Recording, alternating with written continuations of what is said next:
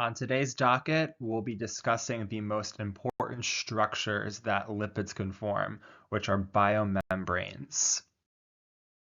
First, we will be defining the various components and subcomponents of biological membranes, and then we shall describe how membrane heterogeneity installs various functionalities within them. These aren't just passive walls of fat, they are active, dynamic, living, breathing entities. Our molecule of the moment is a mouthful. Dipalmitoyl phosphatidylcholine, which everyone calls DPPC for short, is a phospholipid, and it's one of the most prevalent lipids found in cell membranes.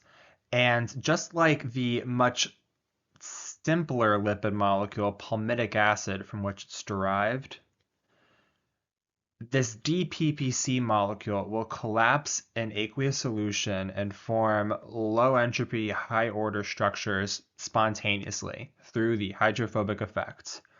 There are some differences, though, between the structures palmitic acid forms versus the ones that DPPC forms. Palmitic acid is going to form micelles, kind of like lauric acid. We've talked about this on a few different occasions. It's going to form these little balls where the hydrophobic tails point in and the polar heads point out. DPPC is different. DPPC is going to form liposomes, which are larger lipid bilayer spheres that have this hollow solution-filled center, like so. I want you to compare the structures of palmitic acid and DPPC and try to find a simple explanation for why they collapse into these two different structures. Cell membranes are vital to life. They have many purposes. For starters, they establish the boundaries of the cell and its many organelles. This is a form of biological order called compartmentalization.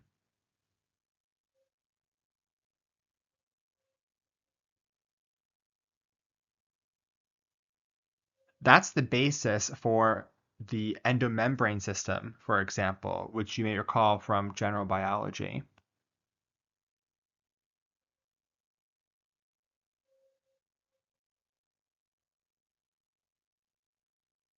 Cell membranes are also interfaces of elaborate biochemistry. Case in point, oxidative phosphorylation. But not only that, photosynthesis, which is also membrane anchored, and muscle contraction, which is built upon the timed release of calcium ions within special compartments. Cell membranes also regulate the flux of metabolites and ions in and out of the cell. This is how we achieve selective permeability.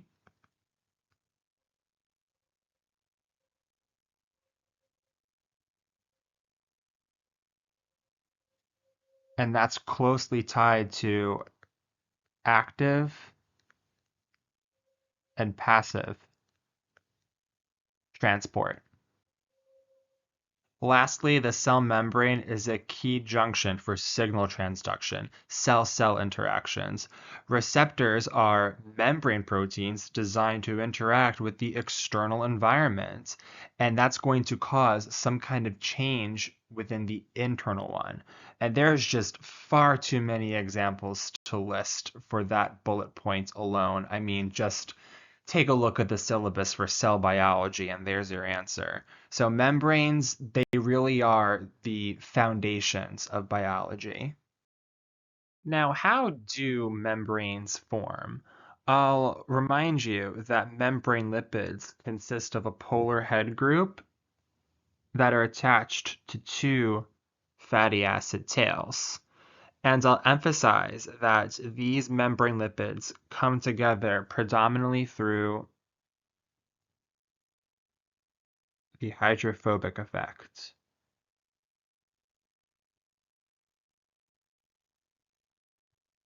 We are going to bury and desolvate these hydrophobic yellow regions in this tail-to-tail fashion.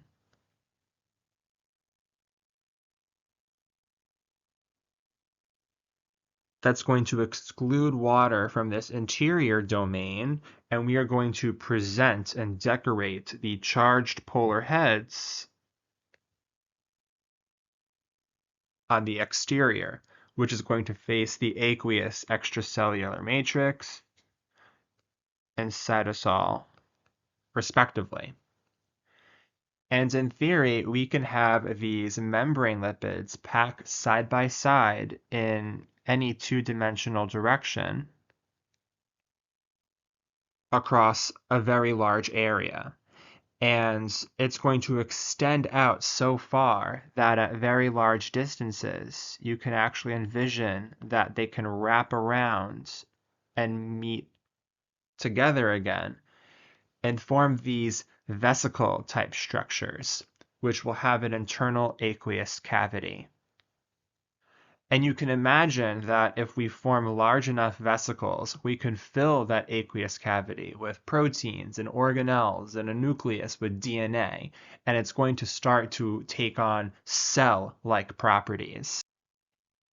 Now, a question that might be on your mind is, how come when we mix membrane lipids and water, they form these liposome type structures, these little water balloons or empty naked cells? And the reason why is because they are geometrically different from fatty acids. Let's compare these two classes of lipids really briefly. A fatty acid is going to consist of a charged head attached to a hydrocarbon tail, and the cross-sectional area of that polar region is going to be large compared to, for example, just a methylene or methyl group. So individual fatty acid type units are going to have this cone shape. And what happens when you stack a bunch of cones next to each other side by side? They're going to curve and have this high degree of curvature, which is going to prevent the formation of an internal aqueous cavity. That's why they spontaneously assemble into micelles via the hydrophobic effect. No room for fun things like DNA or organelles in there. Compare this to a membrane lipid, which has two fatty acids attached to one polar head. The cross-sectional area of that polar head is now more or less on par with the cross-sectional area of the hydrophobic portion. So the overall geometry of the membrane lipid better resembles a cylinder. In cylinders, you can stack next to each other side by side with very minimal curvature, which is going to result in a more planar-like bilayer, which can curve very weakly across a very large distance. And that is ultimately how we are able to get liposomes out of membrane lipids and not micelles. It's because we have low assembly curvature compared to the high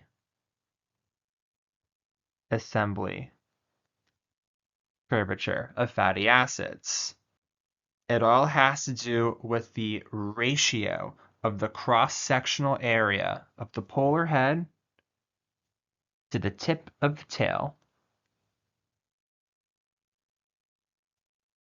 like so. It's kind of wild when you think about it at first blush. A membrane is really, in theory, just two phospholipids thick. Is it true that the wall that holds the entire cell together is only 2 molecules wide? And the answer is, well, yes and no. First of all, let's not forget the cytoskeleton that's also going to provide some structure and support to the cell at large. But let's also consider the diagram over here. This can help give you a feel about the 2D cross-section of a membrane. Here, we're going to plot the probability of finding a lipid functional group as a function of the distance from the bilayer center. And indeed, the bulk of the membrane's core are going to consist of hydrocarbon methylenes stemming from the lipid tails. And we can see that as dominating the space between 0 and 10 angstroms from the dead center of that lipid bilayer.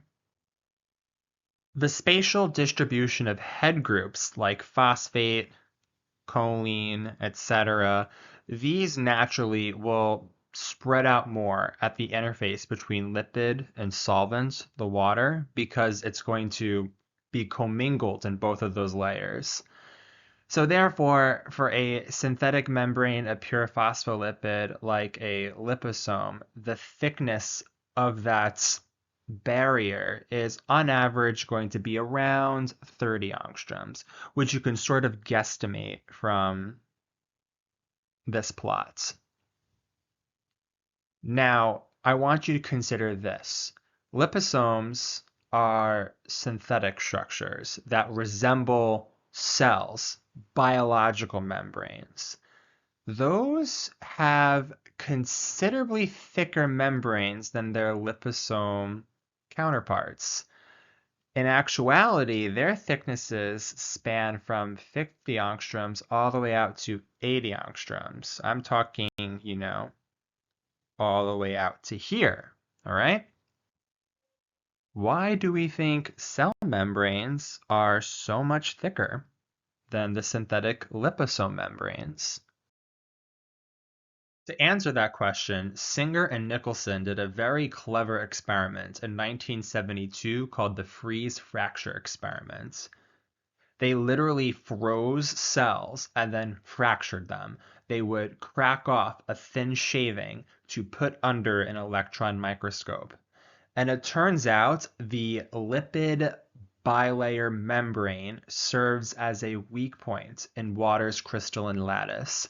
Breaking the ice very carefully, like so, causes the membrane to peel apart like two pieces of tape stuck together.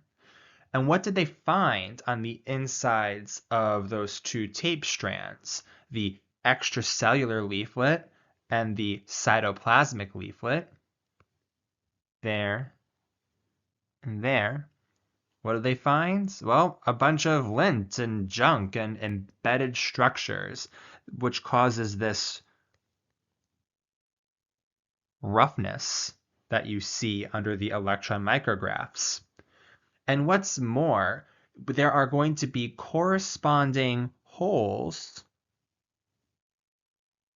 that will match the protrusions formed by these embedded structures left in both of these membrane leaflets. And of course, these things that are protruding and embedded within the membrane, they aren't junk, they're quite the opposite of junk. These are proteins. This simple experiment taught us two major things about membranes. One is that they have leaflets. That was a pretty big revelation. And not only that, they are going to be full of proteins floating in them like icebergs in the ocean. It's a mosaic of components suspended in a fluid. So we call it the fluid mosaic model. That's the reason why biological membranes are thicker than synthetic liposomes. It's the proteins embedded within the fluid of the membrane that provide it that extra bulk and anatomy.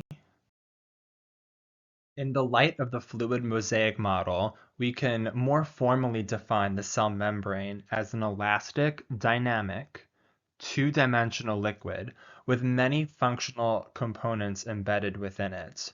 You can see in this cartoon off to the right that membranes are more than just passive bilayers. They're going to be rich in proteins and other types of biomolecules. I found this summary table on Wikipedia, which I think is a helpful study tool that outlines the major constituents of the fluid mosaic model and what they do. Starting off at the top, the phospholipids and the sphingolipids. Never take Wikipedia at face value. They are indeed going to be the main fabric of the plasma membrane. That hydrophobic wall is going to keep lots of molecules out, and the proteins that are embedded within the membrane can decide which goes in and which stays on the outside. Now, the next kind of components are indeed the carbohydrates. These are attached to the proteins very often embedded within the plasma membrane, and several of the lipids, damn Wikipedia. And what do these carbohydrates do? They're going to serve roles in cell-cell recognition, indeed. They're going to comprise antigens and such. The cholesterol, we're going to talk more about cholesterol later, but really for now, all you need to be aware of is that it's going to help retain fluidity of the plasma membrane. It's going to protect the lipids from freezing or from melting.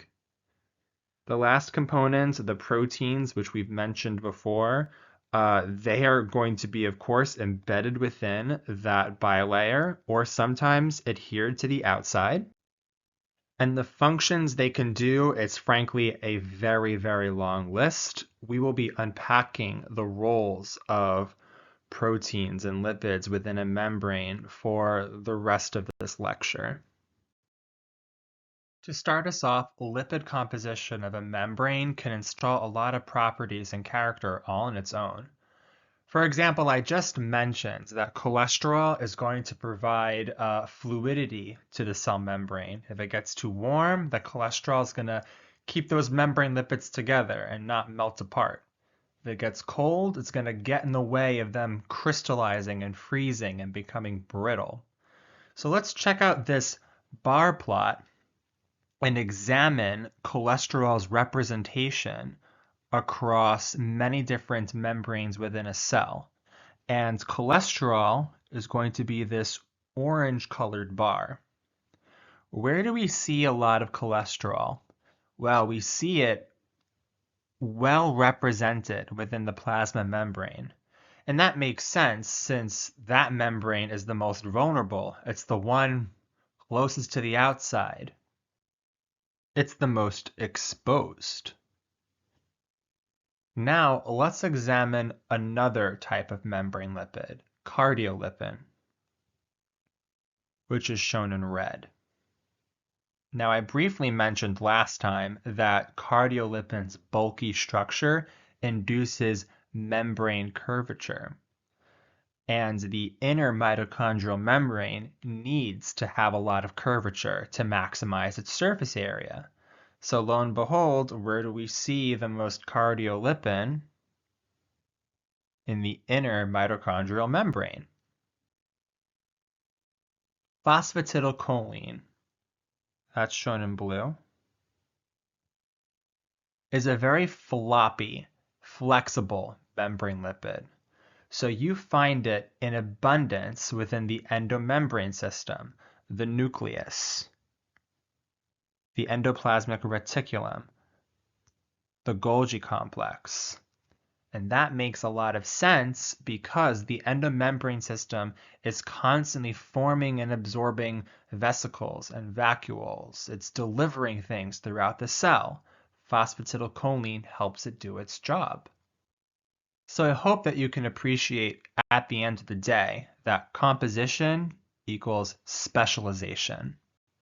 Not only is the makeup of membranes diverse and heterogeneous, it's also dynamic. The molecules move. After all, it's called the fluid mosaic model. And that's because there's literally a degree of liquidity within the cell membrane.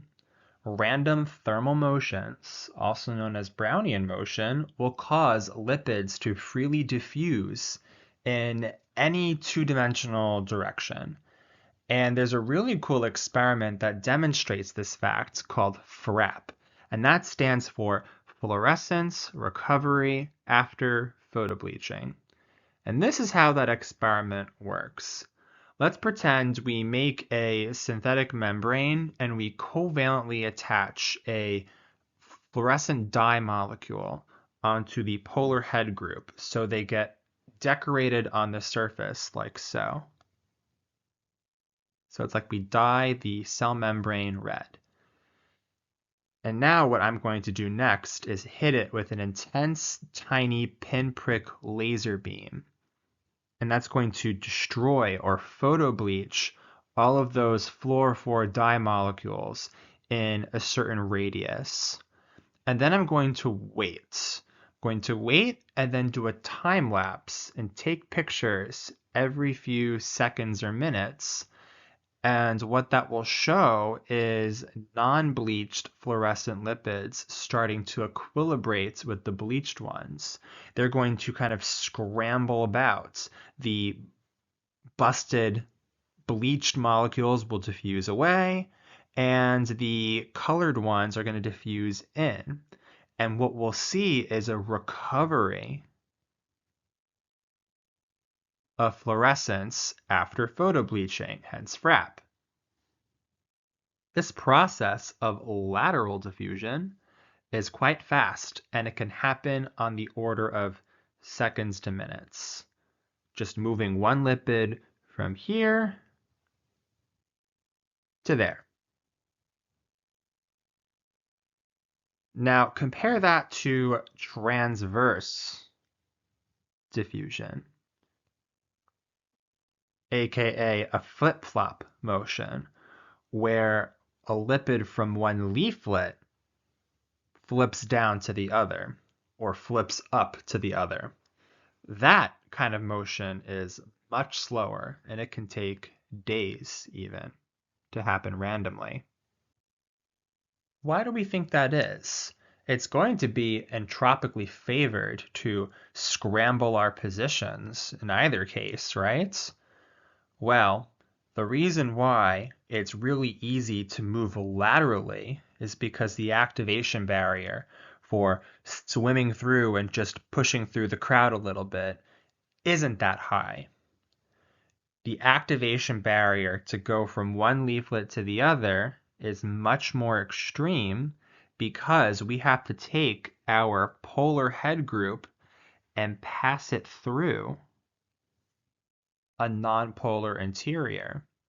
And that is going to be a very unfavorable process, and therefore it's going to be much slower. Transverse lipid motion, which is also called translocation, is indeed slow. So biology has crafted specialty enzymes called translocases that enable this motion to occur much more rapidly. The first two classes of translocases are both ATP dependent, and those are the flipases and the flopases. These are going to require ATP. The flipases, these go outside to inside, as shown over here, and they typically work on aminophospholipid.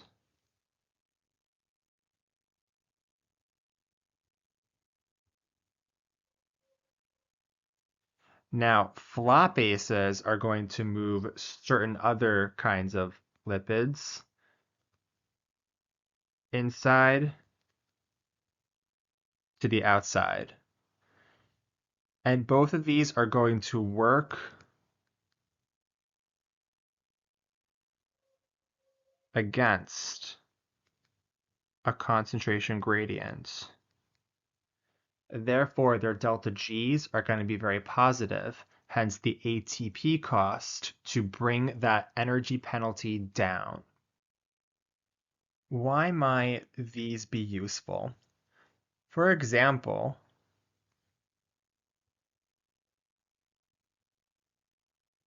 phosphatidylserine is an aminophospholipid that is not supposed to be on the outside of the cell. It is a signal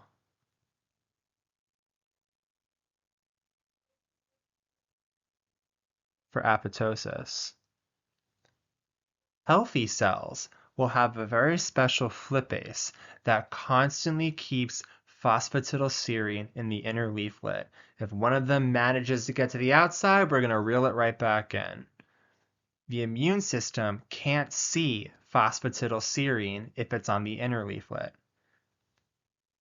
However, if the cell is in trouble, it can inhibit that flipase and slowly let those phosphatidylserines leak to the outer leaflet where the immune system can see it and says, uh-oh, it's time for that cell to die, and it will trigger apoptosis. The third type of translocase are called scramblases. These are not ATP dependent because they increase entropy. They are going to translocate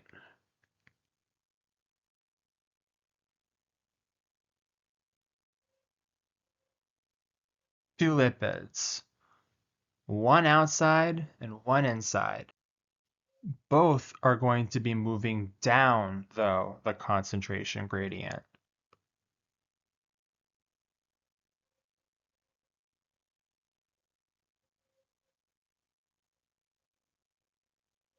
Said another way, scramblases promote membrane leaflet symmetry. Lipases and flapases promote membrane asymmetry. And both have their uses. Flipases and flapases are going to help keep the outer and inner leaflets specialized. If, for example, a cell, however, feels like it's becoming cancerous, it can actually generate a scramblase that will facilitate migration of this phosphatidylserine suicide signal and help scramble it to the outside, all right? So I hope this demonstrates why membrane translocation is really important for the cell. And it doesn't stop there. The composition within a membrane leaflet can be heterogeneous too. We don't know much about them, but lipid rafts are these transient microdomains of high viscosity membrane lipids that form when you cluster together cholesterol and sphingolipids. And that's going to cause the membrane to bulge in a certain pocket, like shown over here. And there's many reasons why a cell may decide to do this. One of them, for example, is to bring together certain cell receptors that work really nicely within vicinity. That makes the signal more efficient by reducing entropy. If you have multiple receptors with a high affinity for that raft, you can imagine that one ligand can bounce and trigger all of them. And it sort of reduces the amount of searching and hunting the ligand needs to do. So far, we've only been talking about the lipids. It's now time to extend the conversation to the proteins embedded within them. And the way a protein inserts into a membrane is going to be ultimately a function of its primary sequence. Big surprise. It all comes down to how the hydrophobics are arranged within the structure. A monotopic protein, which is also known as a peripheral protein, doesn't have a lot of hydrophobic stretches. So only one part of the protein will insert into the leaflet. The rest will stick out within solution. We can see a diagram of that over here. We have a special case of peripheral protein called amphitropic, which can reversibly associate with a leaflet. An integral protein usually has many hydrophobic stretches that span the thickness of the membrane. This firmly places it across both membrane leaflets. If it's a simple alpha helix, for example, that touches both sides once, we call it bitopic. If it's a complicated protein whose structure zips back and forth between the leaflets many times, we call that polytopic. We can see that over here. The bitopic goes through once, the polytopic sort of meanders in and out, up and down, like so. It's really challenging to resolve the 3D structure of a protein, and even more so when you're dealing with a membrane-bound protein like an integrin. However, scientists have a few tricks up our sleeves that we can use to help resolve if a protein is polytopic or monotopic, and that is called the hydropathy plot. And this is how it works. Let's say that we can rank all of the amino acids on a scale according to how hydrophobic they are. There's many different types of scales out there that are going to have slight variations, but let's take a look at this one that I've pasted on the bottom right corner. This so-called interface scale is a type of hydrophobicity scale for the amino acids. And how this works is that numbers that are negative correspond to nonpolar residues. I don't know why they put the negatives above the x-axis. And amino acids that have a hydrophobicity index that's positive is going to be considered polar. So let's take a look at this. We have in the aromatic region over there, tryptophan, phenylalanine, and tyrosine, dialing in around -2, -1.25, and -1. So that stands to reason because aromatic residues are going to be extremely hydrophobic. As we move down this plot, we'll notice that the polar residues are going to dip down into the positive region, which corresponds to, of course, water-soluble entities. And the most polar are going to be our charged amino acids, the acids and bases. So this all basically tracks. Why are we talking about these hydrophobicity scales? Well, if you were to plot the hydropathy index of the amino acids as a function of their residue number, their position within the primary structure of that protein, you can observe some pretty interesting trends. And that's what this plot on the bottom left describes. And they seem to be using a different hydropathy index where the hydrophobes are positive numbers, but we'll still roll along with it and track what the hydropathy index is at each position. It's going to dip down into the polar region and then dip up into the hydrophobic region, like so. And it's going to go back and forth, bobbing and weaving along this axis. And what we can observe is that there's going to be arrangements of the hydrophobic residues in these specific domains, labeled 1 through 7. This protein that we are analyzing through this hydropathy plot is called bacteriorhodopsin. It is a transmembrane protein, a polytopic one, and we actually have the structure of it right over here. Look at that. It has 1, 2, 3, 4, 5, 6, 7 transmembrane helices. And these correspond and are color-coded to these 7 zones of hydrophobic hydropathies.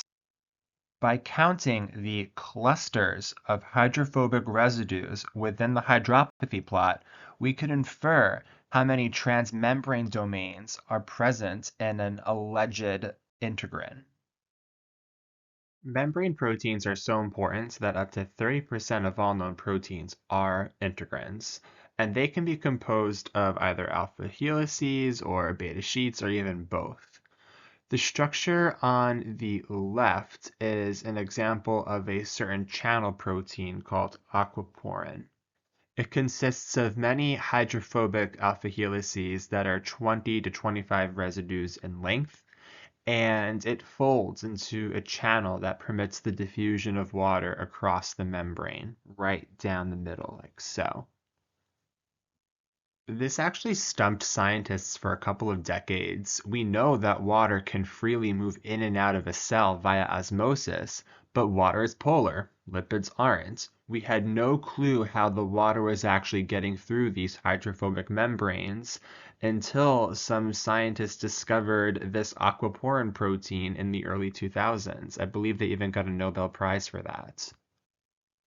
Contrasting the alpha bundle-like proteins such as the aquaporin complex, an example of a beta sheet-rich integrin is the sucrosporin, shown over here.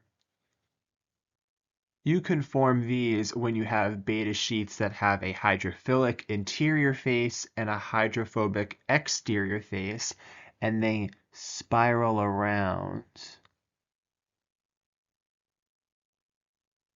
kind of like so, into this ring shape. And that ring shape is going to have an interior opening in the rough geometry of sucrose. And ta-da, that's how you're going to get a sucrose channel, which will let another polar essential substrate move in and out through that tunnel. And on average, this will consist of 8 to 20 beta strands lined up in a circular fashion, and each of those strands on average will take about 7 to 9 residues in order to span the 30 angstrom thick lipid portion of the membrane. Now, not all integrins are going to be channel proteins, but certainly all channel proteins are integrins, and they're going to feature polar interiors, which is going to facilitate the passage of specific hydrophilic entities down the concentration gradient established by the membrane's existence. And they're going to do so in a passive manner because when you have a solute move down a concentration gradient, entropy is going up, which usually is going to correspond with a negative delta G, very spontaneous. So what are the three kinds of passive transmembrane channels out there? We have uniporters, symporters, and antiporters. Let's talk about the simplest case first, the uniporters. These are going to be specific to a narrow set of substrates, and it's only going to let one of them through at a time. The most famous example of a uniporter, in my opinion at least, is the aquaporin, which lets water through, and only water, one water molecule at a time. Contrasting the uniporters, we have two different types of cotransporters, which is going to move two solutes at a time. And a good example of a symporter is the glucose channels, your gluts. Okay? These are going to move in two solutes in at the same time, sugar along with a cotransported sodium ion. And the reason for this is that there's usually a very large extracellular concentration of sodium ions, and that's going to help drive the importation of glucose, which is going to ride down a much shallower concentration gradient. I want you to think of it this way. The glucose is going to ride a sodium wave into the cell, all right?